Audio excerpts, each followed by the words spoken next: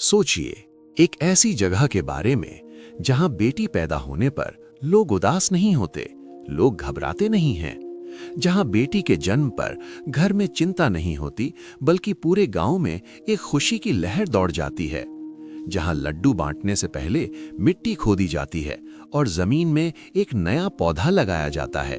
यहाँ एक नन्ही सी बेटी के साथ सिर्फ एक जिंदगी नहीं, पूरा जंगल उगना शुरू हो जाता है। ये कहानी किसी फिल्म की स्क्रिप्ट नहीं है, ये कहानी है एक सच्ची सोच की जो आज पूरी दुनिया को इंस्पायर कर रही है। राजस्थान का नाम सुनते ही हमारे दिमाग में रेगिस्तान आता है, तेज धूप आती है और पानी की कमी याद आती है। पर इसी राजस्थान के राजसमंद डिस्ट्रिक्ट में बसा है एक छोटा सा लेकिन बहुत खास गांव, पिपलांत्री। ये गांव सिर्फ घरों और सड़कों का नाम नहीं है, ये एक सोच है, ये एक सोचा समझा हुआ फैसला है। यहाँ बेटी को बोझ नहीं समझा जाता, यहाँ बेटी को प्रकृति का वरदान माना जाता है। आज जो पिपलांत्री हरा भरा दिखता है, कभी वैसा नहीं था।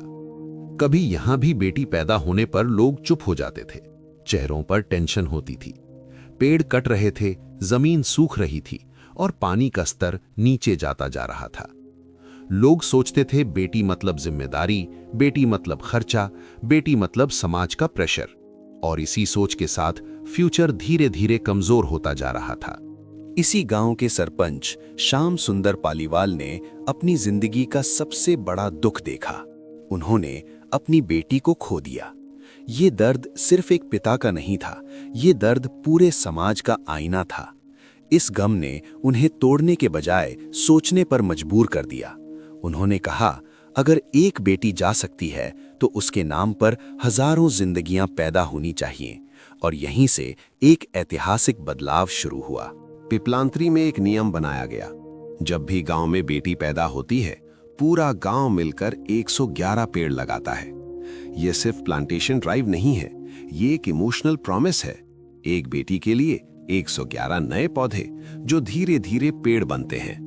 जैसे बेटी बड़ी होती है, वैसे ही ये पेड़ भी साथ साथ बड़े होते हैं। इस सोच को सिर्फ इमोशन तक सीमित नहीं रखा गया। बेटी के नाम पर 31,000 रुपए का फिक्स डिपॉजिट किया जाता है। माँ बाप एक लिखित वचन देते हैं कि बेटी को पढ़ाएंगे, उसे आगे बढ़ने का मौका देंगे। साथ ही ये भी तय होता है कि 18 साल से पहले शादी नहीं होगी और लगाए गए पेड़ों की देखभाल भी की जाएगी। यहाँ एजुकेशन और एनवायरनमेंट दोनों एक साथ ग्रो करते हैं। आज पिपलांत्री का नतीजा साफ दिखता है। 3 लाख से ज्यादा पेड़ इस गांव की जमीन पर खड़े हैं। ग्राउंड वाटर लेवल बढ़ चुका है, हवा साफ है और मौसम ठंडा हो गया है। बेटियां स्कूल जा रही हैं, सपने देख रही हैं और अपनी पहचान बना रही हैं। ये बदलाव सिर्फ नेचर का नहीं, सोच का भी है। जब पिपलांत्री में बेटी पैदा होती है तो माँ सिर्फ बच्ची को गोद में नहीं उठाती, वो फ्यूचर उठाती है, वो उम्मीद उठाती है।